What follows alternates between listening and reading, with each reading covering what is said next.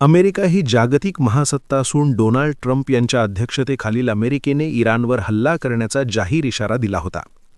अमेरिकेने इराणला घेरण्यासाठी मिडल ईस्टमध्ये आपले F-35, F-22, F-15 आणि F-16 सारखे फायटर जेट्स तैनात केले होते. तसेच 13 युद्धनौका तयार ठेवल्या होत्या. कुठल्याही क्षणी अमेरिका इराणवर हल्ला करेल अशी परिस्थिती तयार झाली होती. 28 फेब्रुवारी 2026 रोजी अमेरिका आणि इस्रायलने इराणवर एकत्रितपणे हल्ला केला. या हल्ल्यात इराणमधील अनेक महत्त्वाचे नेते मारले गेल्याचा दावा करण्यात आला. विशेषतः सर्वोच्च नेते अयातुल्ला अली खामेने यांच्या निवासस्थानावर हल्ला झाल्याच्या बातम्या आल्या आणि त्यांचा मृत्यू झाल्याची पुष्टी झाली. यानंतर इराण माघार घेईल किंवा तडजोड करेल अशी चर्चा होती, पण इराणने उलट अमेरिका आणि इस्रायलच्या हल्ल्याला प्रतिहल्ल्याने उत्तर दिले. इराणने एकूण 8 देशांवर हल्ले केले आणि सुरुवात तुम्ही केली आहे तर शेवट आम्ही करणार असा इशारा दिला. इराणने अमेरिका आणि इस्रायलच्या हल्ल्याला उत्तर कसे दिले आणि अमेरिकेला भिडण्याची ताकद इराणकडे कशी आहे हे पाहूया. नमस्कार, मी किशोर आणि तुम्ही पाहताय सत्यवाणी न्यूज. 28 फेब्रुवारीला अमेरिका आणि इस्रायलकडून इराणवर हल्ला करण्यात आला. तेहरान, इस्फहान, कोम, खोर्माबाद या शहरांवर हल्ला झाला आणि तेहरानमधील सगळी महत्त्वाची ठिकाणे टार्गेट करण्यात आली. इराण या हल्ल्यानंतर बॅकफूटवर गेला नाही.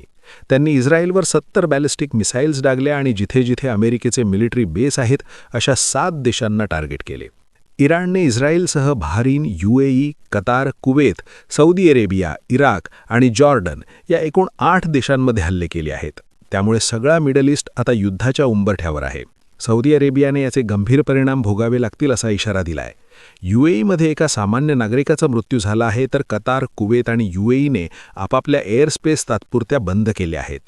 हे सगळे इराणने दिलेल्या प्रत्युत्तरामुळे घडत आहे. पण एका बाजूला जगातील कित्येक देश अमेरिकेने लादलेले टॅरिफ निमूटपणे सहन करत आहेत आणि अमेरिकेच्या धमकीपुढे माघार घेत आहेत.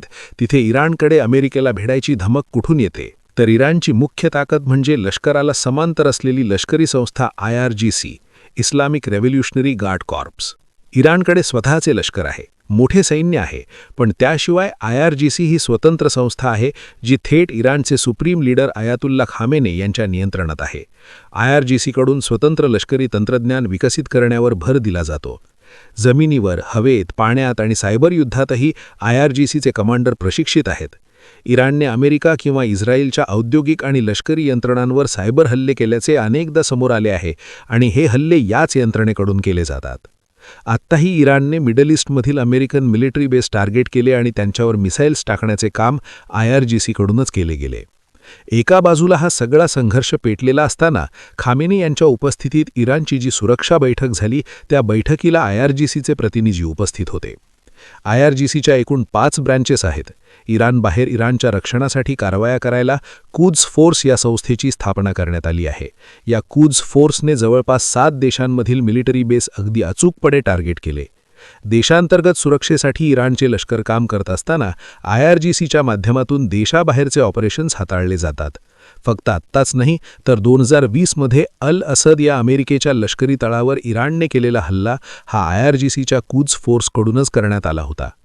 IRGC हे इराणच्या लष्करी, राजकीय आणि आर्थिक शक्तीचे केंद्र आहे. त्यामुळे अमेरिका, इस्रायल, सौदी अरेबिया यांच्यासाठी IRGCचा धोका मोठा आहे. अमेरिकेने तर IRGCला दहशतवादी गट म्हणून घोषित केले आहे, तर सौदी अरेबियाने त्यांच्या हल्ल्यानंतर प्रत्युत्तर देण्याची घोषणा केली आहे. पण एका हल्ल्याच्या बदल्यात इराणकडे 8 देशांना धक्का देण्याची ताकद आहे. त्यामुळेच इराण अमेरिकेला भिडू शकतो. इराणमध्ये अमेरिकेला भिडण्याची क्षमता असण्याचं पुढचं कारण म्हणजे मिसाईल्सची ताकद. इराणला कंट्रोल करण्यासाठी अमेरिकेने इराणच्या आजूबाजूच्या देशांमध्ये आपले लष्करी तळ निर्माण केले. एक प्रकारे अमेरिकेने इराणला 270 डिग्रीमध्ये घेराव घालून आपले लष्करी जाळं उभं केले. पण तरीही इराण मागे हटत नाही, कारण इराण या लष्करी तळांवर थेट हल्ला करू शकतो. यासाठी इराणकडे लाँग रेंज बॅलिस्टिक मिसाईल्स आहेत. इराणकडे सध्या 300 किलोमीटर ते 2000 किलोमीटर रेंजचे अत्याधुनिक बॅलिस्टिक आणि क्रूज मिसाईल्स आहेत. इतकेच नाही तर त्याच ताकदीचे ड्रोन्सही इराणकडे आहेत. इराणकडे असलेले फतेह 110 मिसाईलची रेंज 300 किलोमीटरपर्यंत आहे, ज्यामुळे इराकमधील अमेरिकन लष्करी बेस टार्गेट करता येतात. जुल्फिकर मिसाईलची रेंज 700 किलोमीटर आहे, त्यामुळे UAE आणि सौदी अरेबियातील अमेरिकेचे बेस टप्प्यात येतात. शहाब 3ची रेंज 1300 ते 1500 किलोमीटर आहे. सुमार क्रूज मिसाईलची रेंज 2000 किलोमीटरपर्यंत आहे. शॉर्ट ते लाँग रेंज मिसाईल्सच्या क्षमतेमुळे इस्रायलपर्यंत इराणचे मिसाईल्स पोहोचू शकतात. अमेरिकेने जरी इराणला धाक दाखवण्यासाठी शेजारच्या देशांमध्ये आपले लष्करी तळ उभारले तरी हे सगळे तळ इराणच्या मिसाईल्सच्या टप्प्यात आहेत. शिवाय ही सगळी मिसाईल्स आणि ड्रोन्स GPS गाइडेड असल्यामुळे ते टार्गेटवर अचूक मारा करू शकतात. त्यामुळे जेव्हा इराण मध्य एशियातील एखाद्या देशातील अमेरिकन तळावर हल्ला करतो तेव्हा आजूबाजूचे सगळे देश आपली हवाई सेवा बंद करतात. आत्ताही UAE, कतार आणि कुवेतने आपली एअरस्पेस बंद केली आहे. साहजिकच इराणला अमेरिकेला मदत करणाऱ्या देशांना टार्गेट करता येतं आणि हीच त्यांची जमेची बाजू ठरते. इराण अमेरिकेला भिडू शकतो याचं पुढचं कारण म्हणजे प्रॉक्सी वॉरफेअर. हे इराणचे युद्धातील अप्रत्यक्ष हात असल्याचे म्हटले जाते. इराण या प्रॉक्सी वॉरफेअरच्या माध्यमातून अमेरिका आणि आखाती देशांना गेल्या अनेक वर्षांपासून धडके भरवतो आहे. लेबनॉनमधील हिझबुल्लाला ताकद देऊन इराणने इस्रायल विरुद्ध आपले बळ वाढवले. येमेनमधील हौथी बंडखोरांचा वापर सौदी अरेबियावर ड्रोन आणि मिसाईल हल्ले करण्यासाठी केला जातो. कताईब हिझबुल्ला, अल नुस्बा, बदर ब्रिगेड्सच्या माध्यमातून इराकमधील अमेरिकन बेसवर हल्ले करतो. या सगळ्या गटांना लष्करी आणि आर्थिक शक्ती देण्याचे काम इराणच्या क्यूज फोर्सकडून केले जाते. या गटांच्या माध्यमातून प्रत्येक देशात अस्थिरता निर्माण करण्याचे काम इराण करतोच, पण प्रत्यक्ष हल्ल्यांवेळी याच गटांचा युद्धातही वापर केला जातो. या बंडखोर गटांकडून अमेरिकेच्या वेगवेगळ्या मिलिटरी बेसवर हल्ले केले जातात. त्यामुळे अमेरिकन सैन्याला असलेला धोका वाढतो आणि अमेरिकेला नाईलाजाने त्या भागातील आपले सैन्य कमी करावे लागते.